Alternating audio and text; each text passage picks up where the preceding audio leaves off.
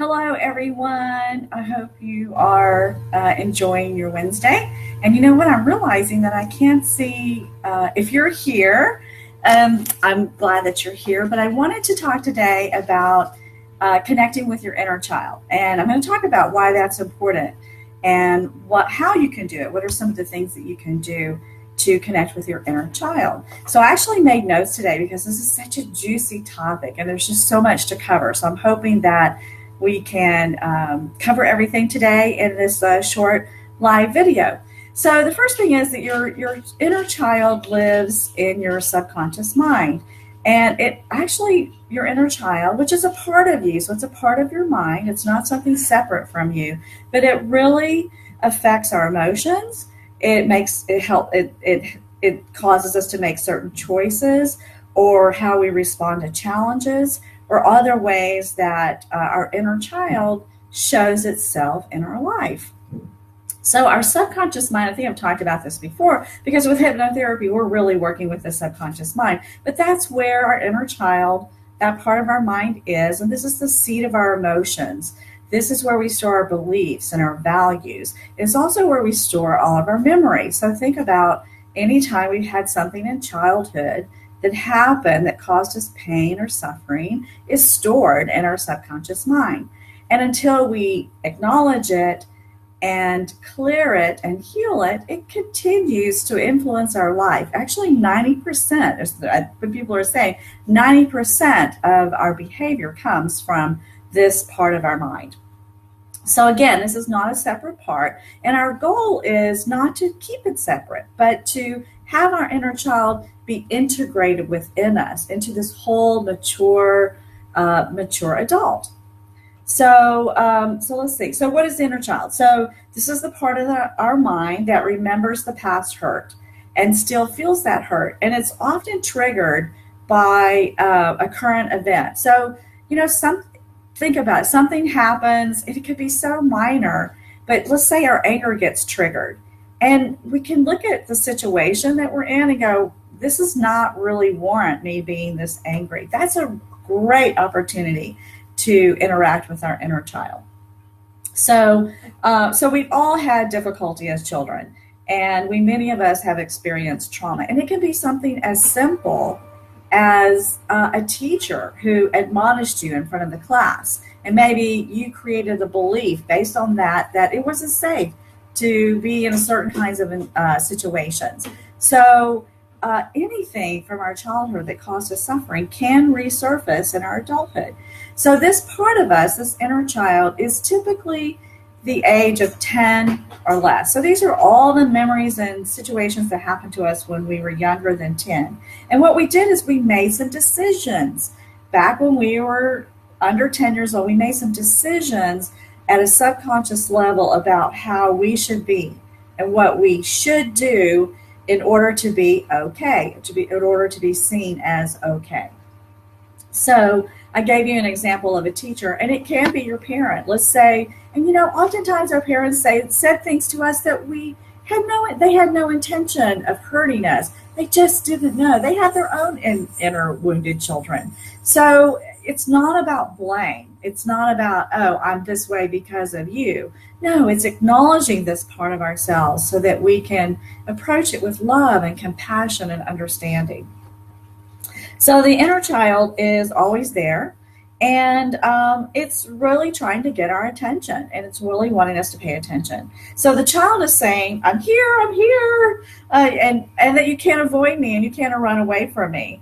And we want to end our suffering by running away. So when these emotions come up, we may say, oh, I should not feel that way, and we stuff them back down.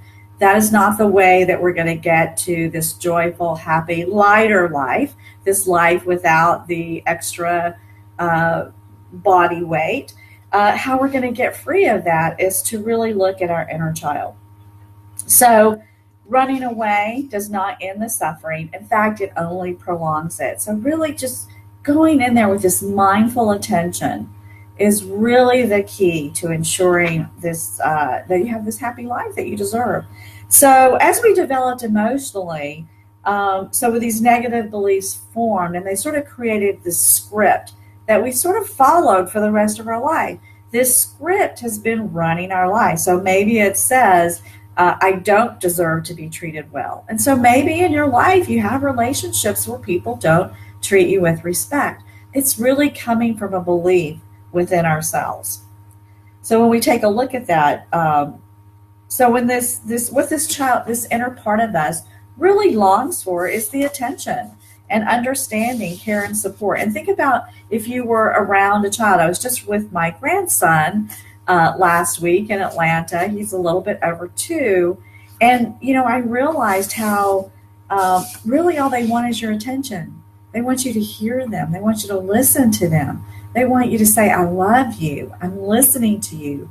I understand you. These are the same things that you want to say to your inner child. You want to say to yourself what you would say to a child now in your life. You would say that to yourself. And we're often much more difficult and harder on ourselves than we are on the other people in our life. So, and we often silence these deeper emotions, saying that we should not feel this way.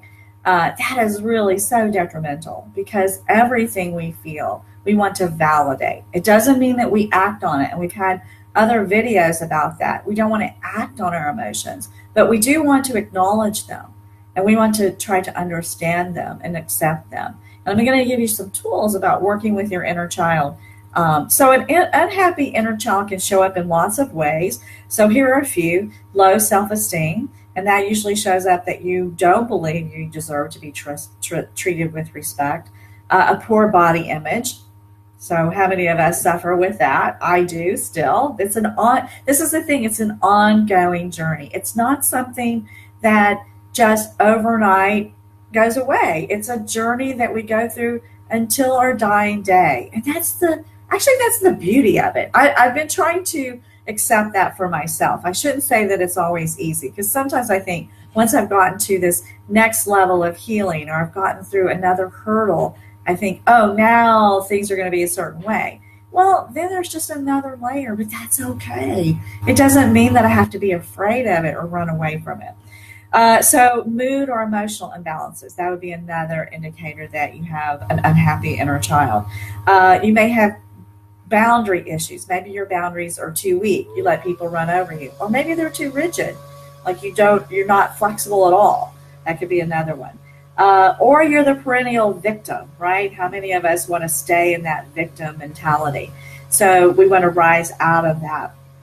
We also may have a general distrust of ourselves or others. So trust issues is another indicator of an unhappy inner child.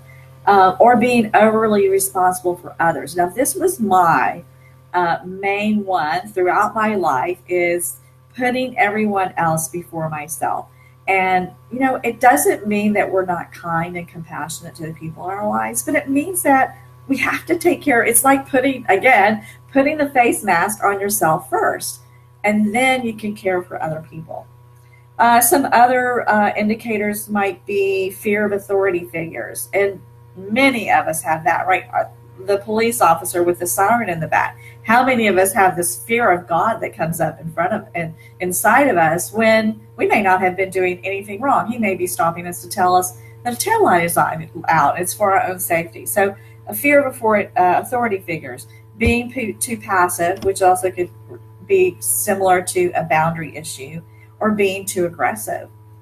So what can we do? How can we connect with our inner child and really acknowledge them and help them understand how to be in the world without the pain, without the suffering? So the first thing is talk directly to your inner child. Now, I know at first this will sound a little weird, but we talk to ourselves all the time. Unfortunately, we're usually saying things that are not nice. We might be saying, oh, I don't deserve that, or I shouldn't do that, or really that person is hurting more than me, so they should get that, whatever it is. So we're always talking to ourselves. So why not talk to ourselves in the language of love?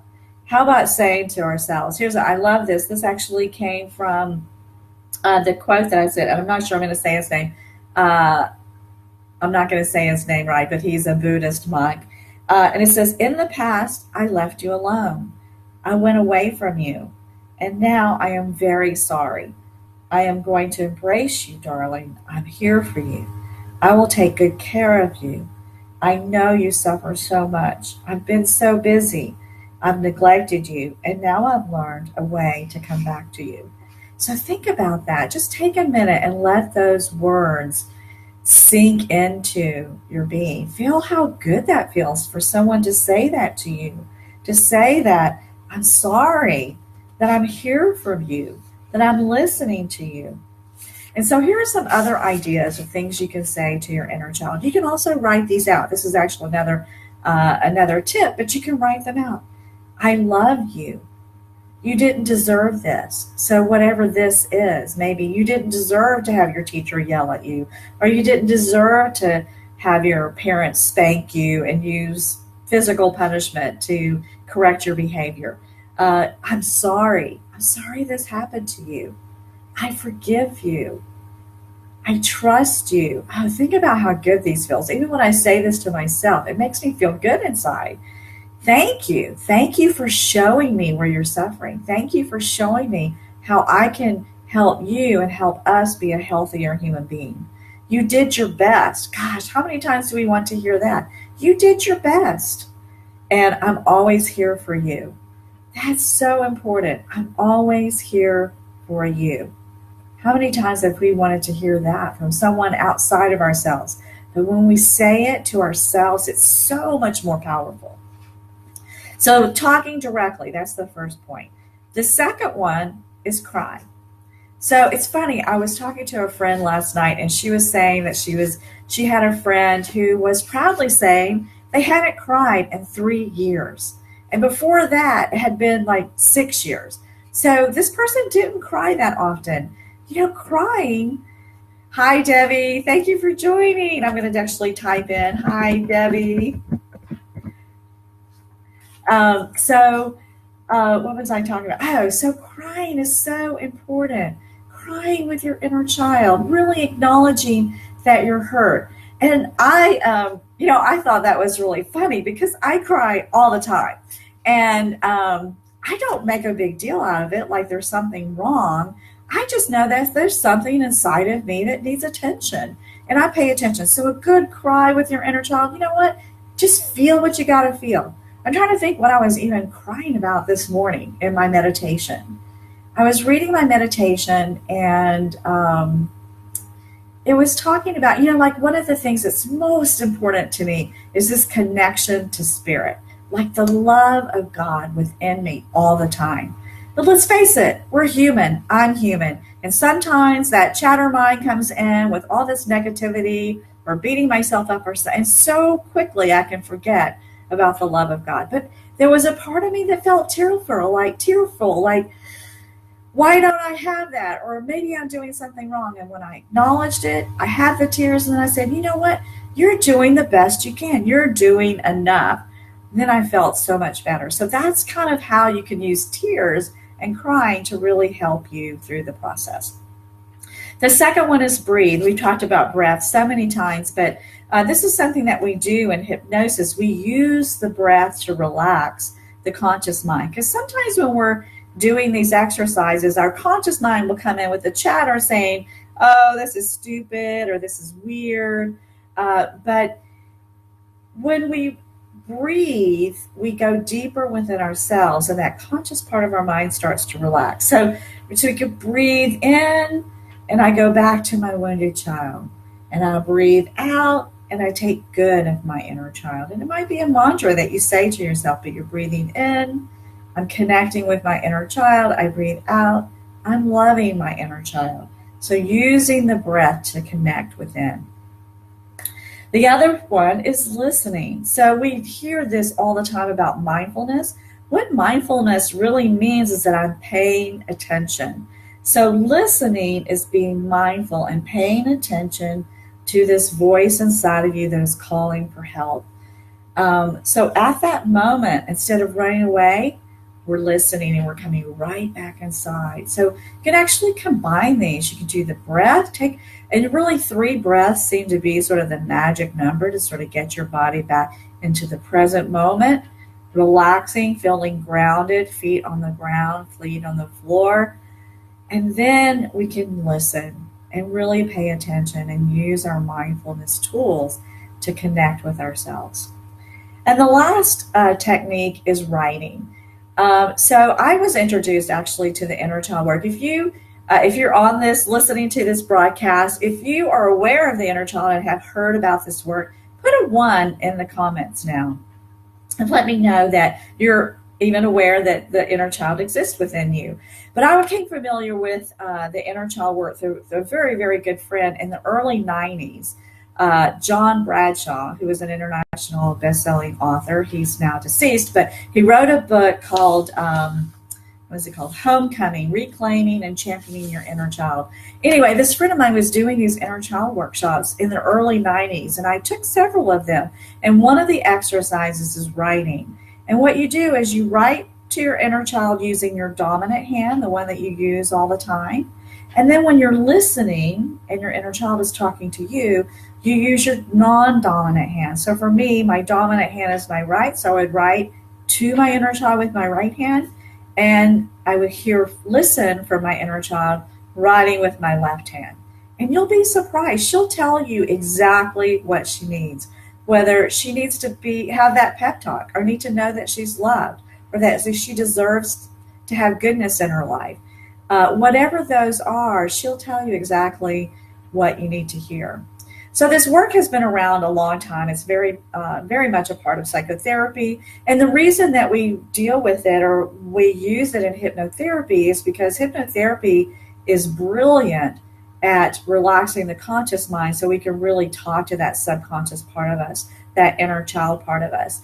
And in hypnotherapy, we use a protocol called a regression, where we can take you back to a memory from your childhood where this belief or this suffering that you have in your present time first started. And we can look at those beliefs and we can process them through hypnosis to a place of understanding and acceptance and forgiveness. So there may have been a person there that we needed to forgive for what they said or did to us, whether it's a teacher, a parent, a grandparent, or just a family friend. It could have been anyone, a church leader. But we forgive that person. And when we go through this powerful process, then we come to this place of compassion. Compassion for ourselves and compassion for the other person. And that brings us to our core state. What is our core state? Our core state is this place of bliss and happiness, peace. It's a quiet mind. That's ultimately how we want to live our lives. From that place, everything else can be worked out. No matter what's happening in our outer world, when we have that core state within, then the outer world begins to change. Or maybe it doesn't, but we know how to handle it from this place of peace. So I'm going to talk about the core state on a future broadcast. Also, the second thing that I talked about, well, I did talk about this today, but there is this part of us that's called the inner critic. And next week, I'm going to talk about the inner critic because it has a very important part to play with the inner child. So I hope that you found this information helpful. I just really encourage you to take these tips and really get in touch with your inner child. Now, if you want to know more about me, about my programs, about what I offer, I would love to talk to you on the phone. You can go to my website, which is www.patriciamusi.com, which is PatriciaMuesse.com. When you go to my website, you can click on a link to reserve your space to have a 40-minute call with me to talk about where you are and where you want to go and how I might be able to help you with hypnotherapy to get there. So thank you so much for joining me. Also, if you weren't able to join me, if you're watching the replay, thank you. And I look forward to seeing you next week at 3 o'clock. Take care and have a wonderful afternoon.